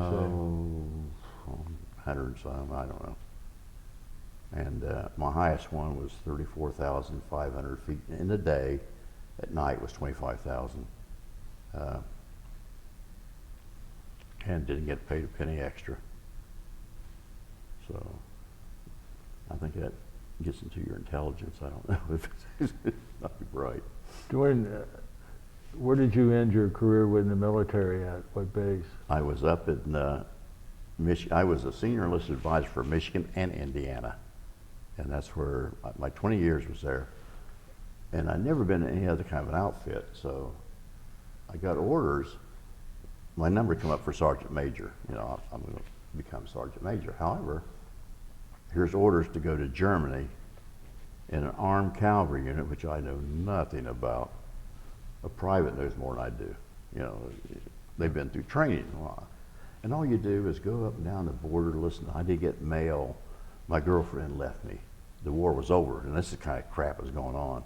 So I said, no, forget the promotion. I'm out of here. And I had our only son who survived. You know, sitting out there. Right. And said, no, let's go get stable and put him at, when he goes to school. I don't want to be at one of these military schools overseas somewhere. And then, man, did I get a jewel. He's a, I'm a lucky man. Good. So you retired, what, on 30 April 1976? Yes. And you were still in Michigan when you That's retired? when I retired. As a sergeant major? No, I turned it, I didn't stay in. Oh. I would have been committed for 2 more years at least over in Germany. And, you know, I'd never been to Europe. I was always, my specialty was And Far you'd East. always been Special Forces? Oh, yeah. Now, so that it's clear, Special Forces, you were a Green Beret, is Yes. that correct? The original, when it first came out. And, you know, I was young, green as grass, you know, how you are in life. And shut your mouth and listen up. So, and one thing I had gone for me is I could always run, physical, you know. Excuse me. So that was down my alley. I loved it. you know. Did I you- would do push-ups with my wife on my back. Uh, So, you know, Did you stay in contact with any of the men that you served with? I have, several years back, I went to, you know, the meetings they had annual. It's so depressing that even the ones that weren't killed over there, than the ones that died and so forth. And I was young, see, and some of these guys were older to start with, and they're not around. I don't know many, really. So,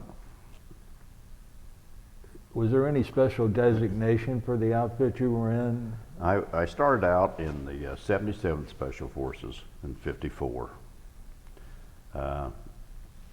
Then it was changed to the 7th. I went over to Okinawa as the 1st Special Forces. That was our area of operation, Far East. And the 5th Special Forces when I got back to Bragg, then later on the 6th. That was it. I didn't go to the 10th. That was in Germany at that time. But we were earmarked, you know. Why bounce around over there when, you know this area and this, that's the way it worked. Now, Excuse me. does your outfit still hold reunions though? They do, but things have changed so much. You know, when I went down with my wife to the one reunion, I went out to Fort Bragg, and it's going to show us the area they live in. There was 2 men to a room. You pick out your carpet and your curtains. That's totally foreign to anything I ever saw or knew or, no. And I found that the new guys have their own thing, and that's the way it should be. You know, you like the guys in over in Iraq and Afghanistan or whatever. We have to support them. We're history, and step aside and let the other people do their thing, and you got to support them. How many missions would you say that you were on that are still classified, Roger? Parts of going into Thailand and over into Laos early on, even before I went to Vietnam, we blew bridges and things of that nature. Pathet Lao were coming south, out of in Laos.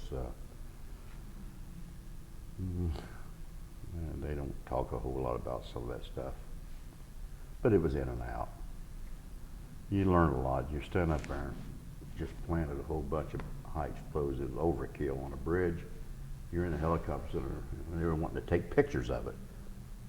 That damn thing went off, and I thought that helicopter was going to turn over. From the blast that came. Well, you learn. You don't. Even the pilots didn't know this was going to happen, so I was in good company. But there were so many things that like I said, I'm 80 years old now, and I have to really stop and think about some of the things.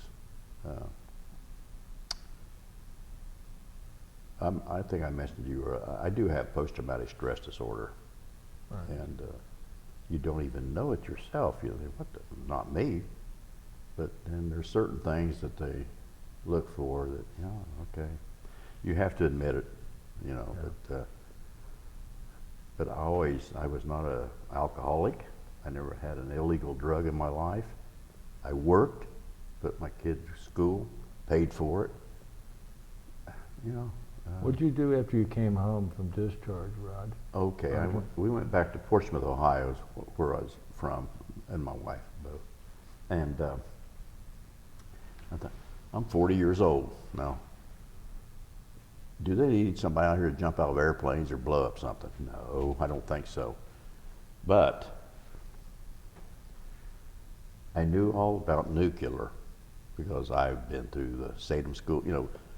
It's what we parachute. Been through with. what school? It's called Salem. It's a special atomic demolition material or something like that. I always just called it atomic, and so I knew all the regulations about how you had to protect stuff and things like that. So in southern Ohio, right in Portsmouth, up here, just north of there is Piketon. and then we have the Goodyear Atomic Corporation was there. So they were on strike, you know. So I go up there, just, you know, try to put out a resume. Tell you, is there anything I could go to school for that would help me? And they started talking.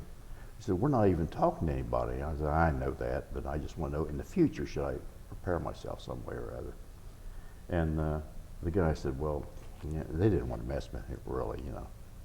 You know, okay, come on in. And so they did. They went in, the guy was talking to me, and got into that nuclear stuff, you know, and here I am at Goodyear Atomic Corporation.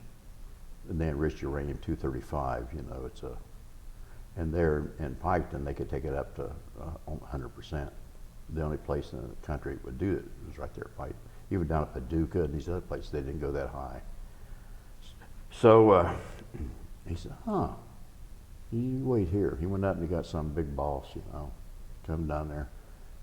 And they were expanding their security and so forth. And he asked questions, thought I wouldn't know what the hell he's talking about, but I did, you know. And they hired me on the spot. But I couldn't start until the strike was over. You know, the hourly people were out there throwing rocks at everybody. So anyway, I got, first place I looked for a job, I got it. I want to come back to this, but first I want you to tell me about SATM. That's a nuclear device that I guess, I don't know for sure about some of these. In artillery, they have nuclear weapons they can shoot. Right. Right. Now this one is, you can carry it in. A human can carry it in and put it wherever you want. Okay. Where did you go through that training at? Fort Bragg, North Oh, Carolina. that was that while you were yeah, there. Okay. Yeah. And I you don't know, think you elaborated on that too much for us, but I'm kind of leery about some things on it. So okay, we won't violate any trust. I haven't. No, that's common knowledge about some of that, what I've talked about. You know. So when you went to Piketon and they found out about your training, they hired you right on the spot? Yeah, and I was the security investigator then for the plant. And you know, civilian life is, you know, when you first get out. And then I said, well, you know, I just got to thinking, well, I'll have a better retirement if I go with civil service. So I applied up in Columbus, you know, for a security officer's job. So, and I didn't go in at a lower rank because the Army, they have a program where you can be picked up, but you come in lower and get trained. Well, hell, I knew all this stuff. So I was picked up as a GS-11, which was lucky and fortunate. So I went to Columbus, Ohio, and I did investigations on properties and so forth throughout the East Coast in 4 foreign countries. So I worked there for a while. What do you mean by investigations on property? Oh boy, when you gotta have employees and you have all this materials being turned in and got, you know, I've given hundreds and hundreds of computers to schools and things because you can't depreciate it anymore. And that unit was one of those that had to go like a civilian outfit. You have to make money, not just say every year, give me so much money in the budget.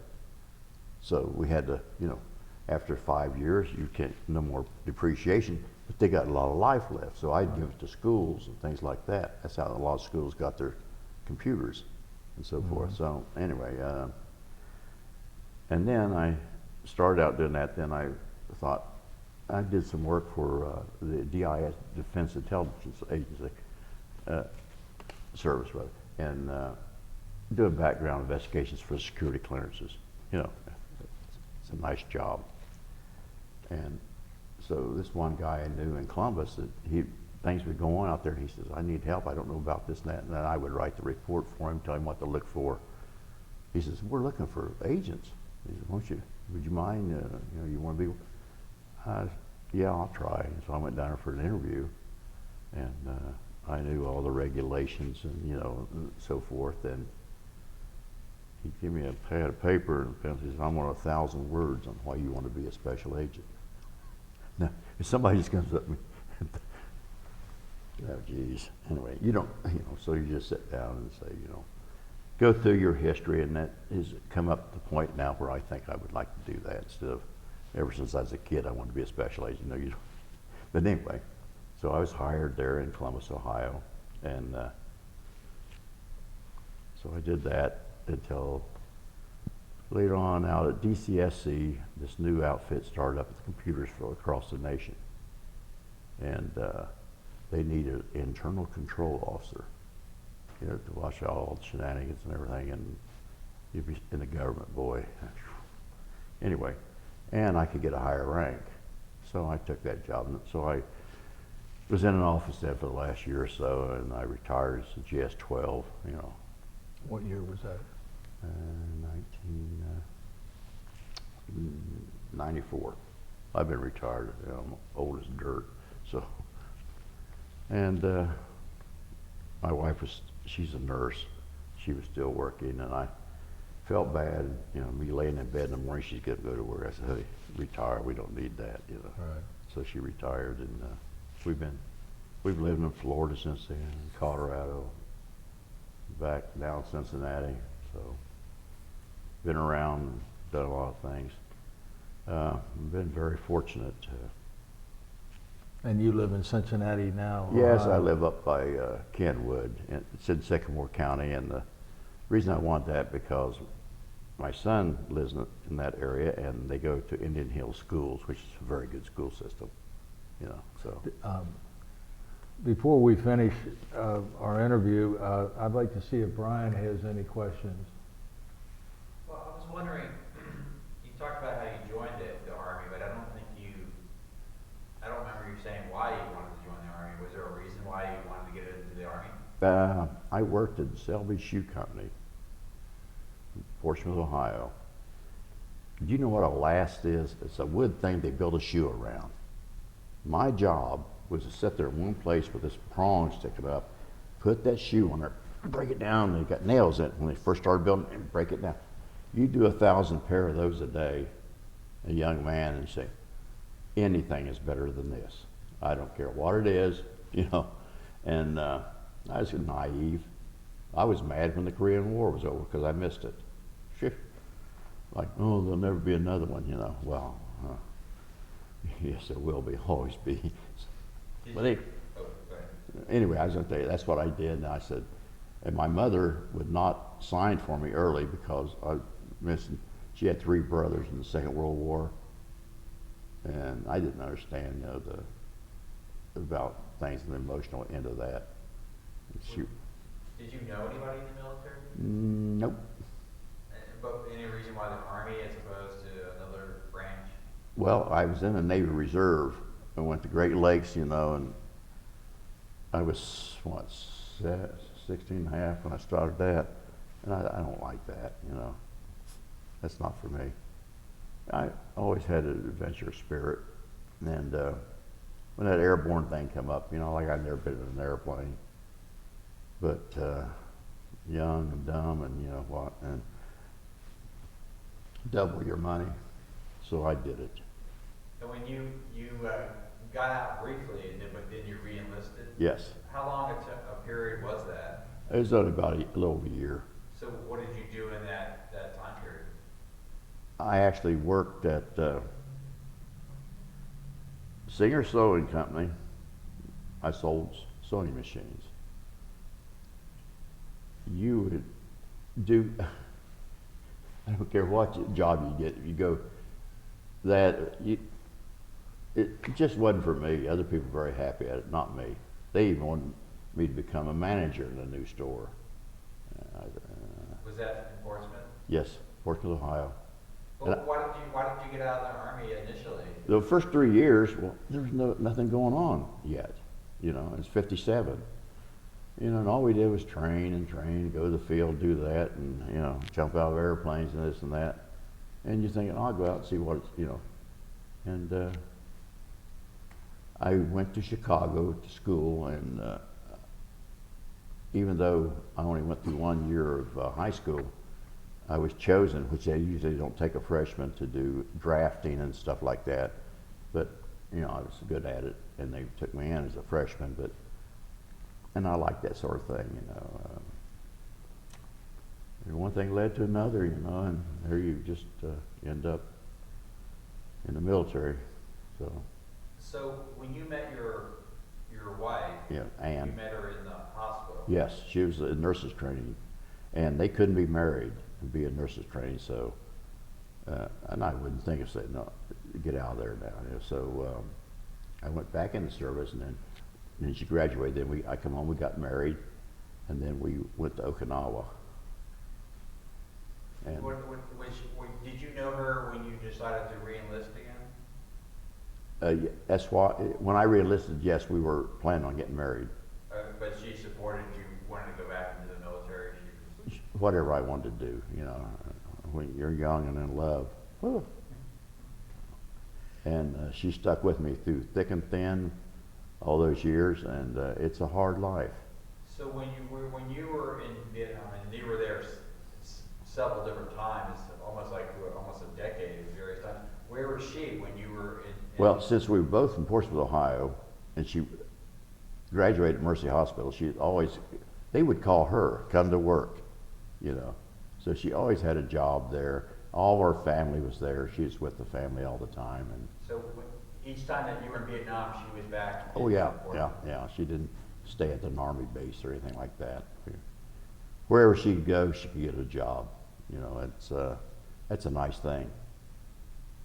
Well, you have an interesting thing in that you were in Vietnam in different times under different presidential administrations. Yes. I was wondering if you can compare and contrast maybe what the attitude was of the administrations when you were in Vietnam. Actually, at the time, you don't think a whole lot about the political aspects of things. I just know it went from a good thing to a bad thing. The good thing when we first got there is we had infantry from North Vietnam coming down. They wanted us there to train their troops, take them on operations, and try to stabilize the thing. People don't remember how it started, the early years. And it got on and on, it got worse, and then we had Maine troops coming in, and and it got to what it was. And what else are you going to do? Get the hell out if you're not going to go win the thing, So, but I never felt bad about it if somebody was going to Canada and didn't want it. They have to live their life up there. I knew who I was. That if you want to go up there, go run. Do what you have to do. But that didn't bother me at all. You know who you are, so what do you? Made no sense. It sounds like, you talked a lot about like the technology that you had or abilities. We always had the latest of everything, wiretapping equipment, you name it. So, in your experience, why didn't you think we just didn't conquer the whole thing? Well, actually, in your experience, what do you think? Early on, the plan was, as I knew it, was we were stabilizing South Vietnam, and then when we brought troops in, we would train enough South Vietnamese, they were going to go north. But that never came about. So everybody just locked down in South Vietnam. When you're in a static position, it's not a very good position to be in. You've got to be on the move. And it was poorly run, period. Political and so forth. And, but that's what it was. And you just trudge on and do your job. That's all what we all do. And those women that you trained in 62? They were the Brew tribe. Yeah, can you talk about who the Brew tribe is? Okay, it's up where Quezon is north. We opened that camp in 62, Special Forces did. And then right across the border, in that whole area there, it's called the Brew tribe, mountain yards. Montagnons, as the French call it. And these brought them in, we called it the Trail Watcher program. Now they were to go back, and we had people who would go and they'd provide the information to you. Troops coming through, how many they saw in that particular area and so forth, but act like they were on their side. They're called Trail Watchers, and that's what we were training them for. And if needed be for an ambush against something or other, that's why we trained them in weapons. And the pictures that are in there, that's what that's about. In fact, one of those girls is the one that blew up. And we got stuck in the handlebar bone. I was wondering about the camp in 65, 66. Ashau.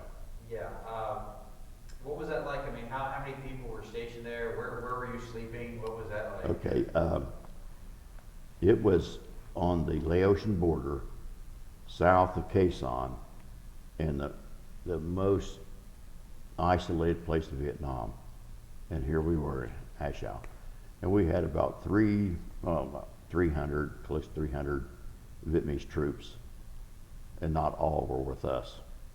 And we were surrounded, probed all the time, mortared.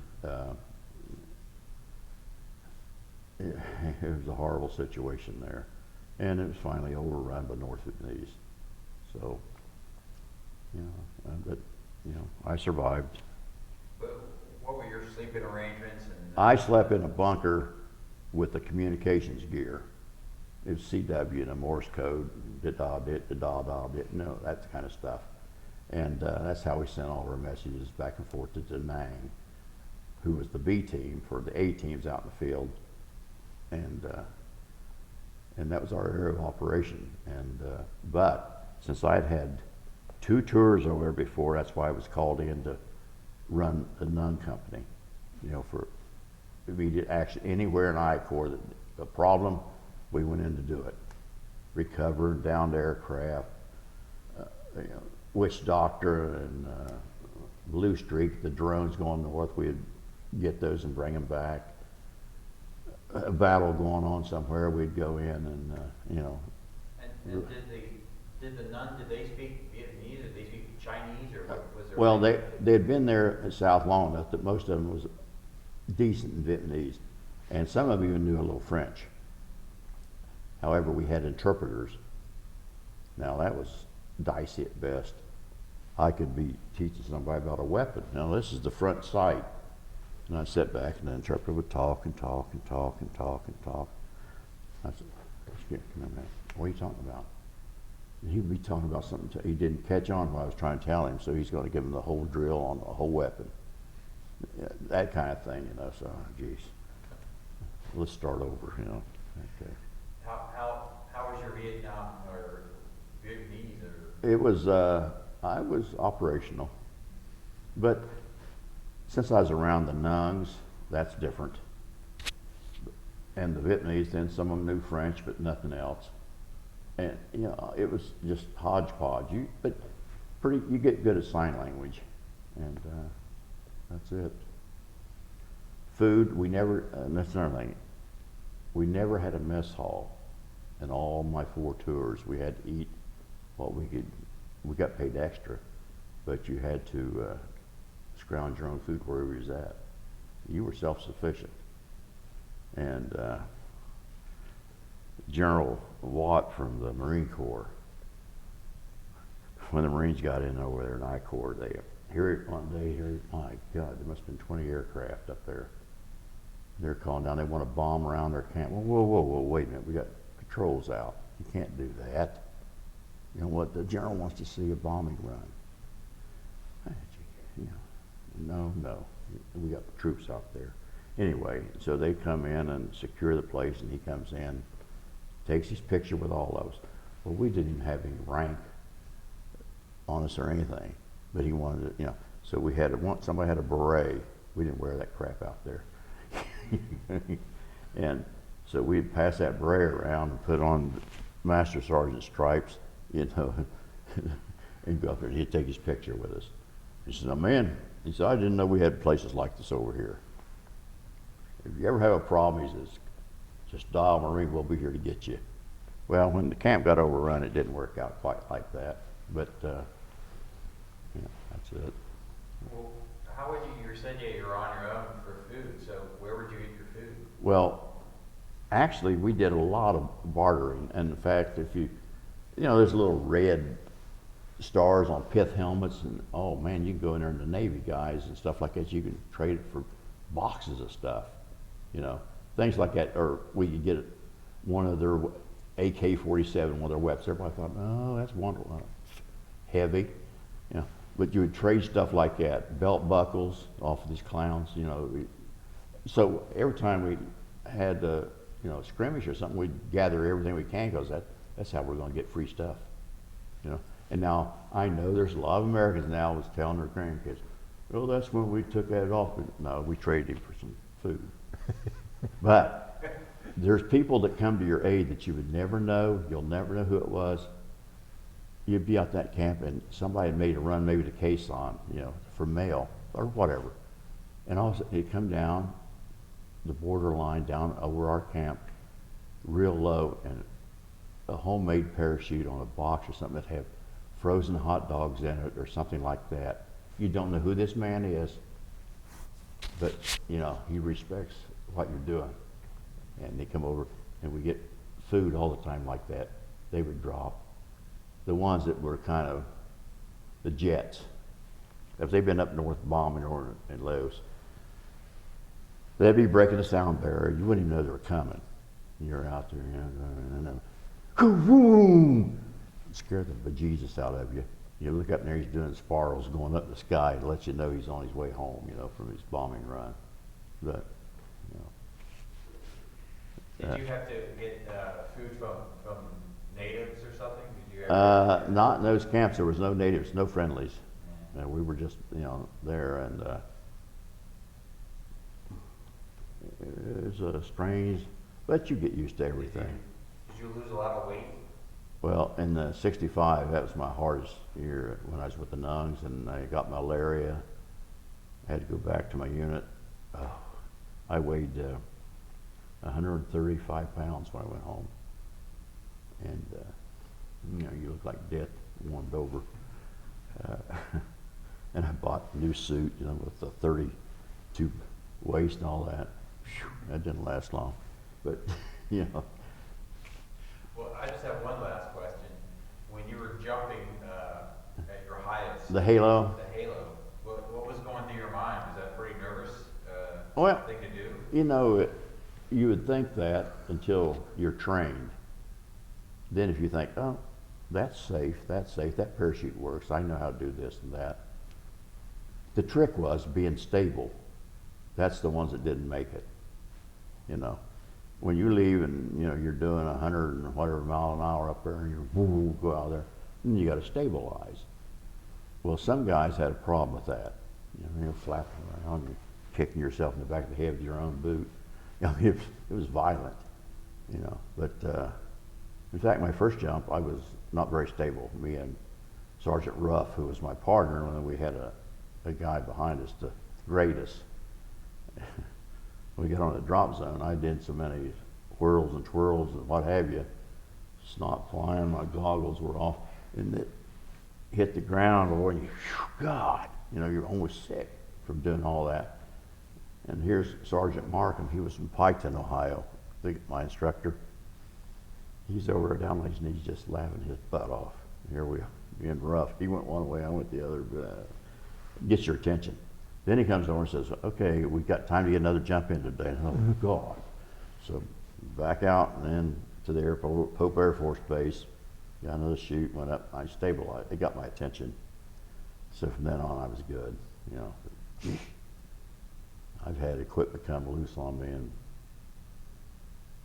that was down at Eglin Air Force Base where he's dead now. The guy, the safety NCO, he didn't get it hooked properly on my rucksack with my stuff in it. You know, it was a trainer, you know. Anyway, so when I left the aircraft, it was at 25,000 feet, night, middle of the night, and so I got out that damn thing. The first one come loose and it was flopping over here, you know, and it's got a 15-foot cord on it, so when you get close to the ground, you drop it and it falls below you. So I had a hold of this thing here, not worry about when I open this thing, where's my, I was tumbling and going down. Then I'd lose it, and then the whole thing came loose, and it was 15 foot away from me on that cord. It's flying up here, and I'm down here doing my thing. I finally got it all back in, got the cord there. I didn't know what was going to happen when I opened that parachute, where all those cords were. I thought, oh, I got my chin down so it wouldn't be around my neck and all that. Scared the bahooey out of me. Anyway, my nose, inside my oxygen mask was all blood and cake because my nose, my sinus had ruptured. So, yeah. Well, thanks, that was my last question. Thank you. Gentlemen, thank you. Well, I want to take this opportunity to thank you so much for this interview and how much we appreciate your service and your patriotism to our country, Roger. Just one of many, many, many. Thank you again.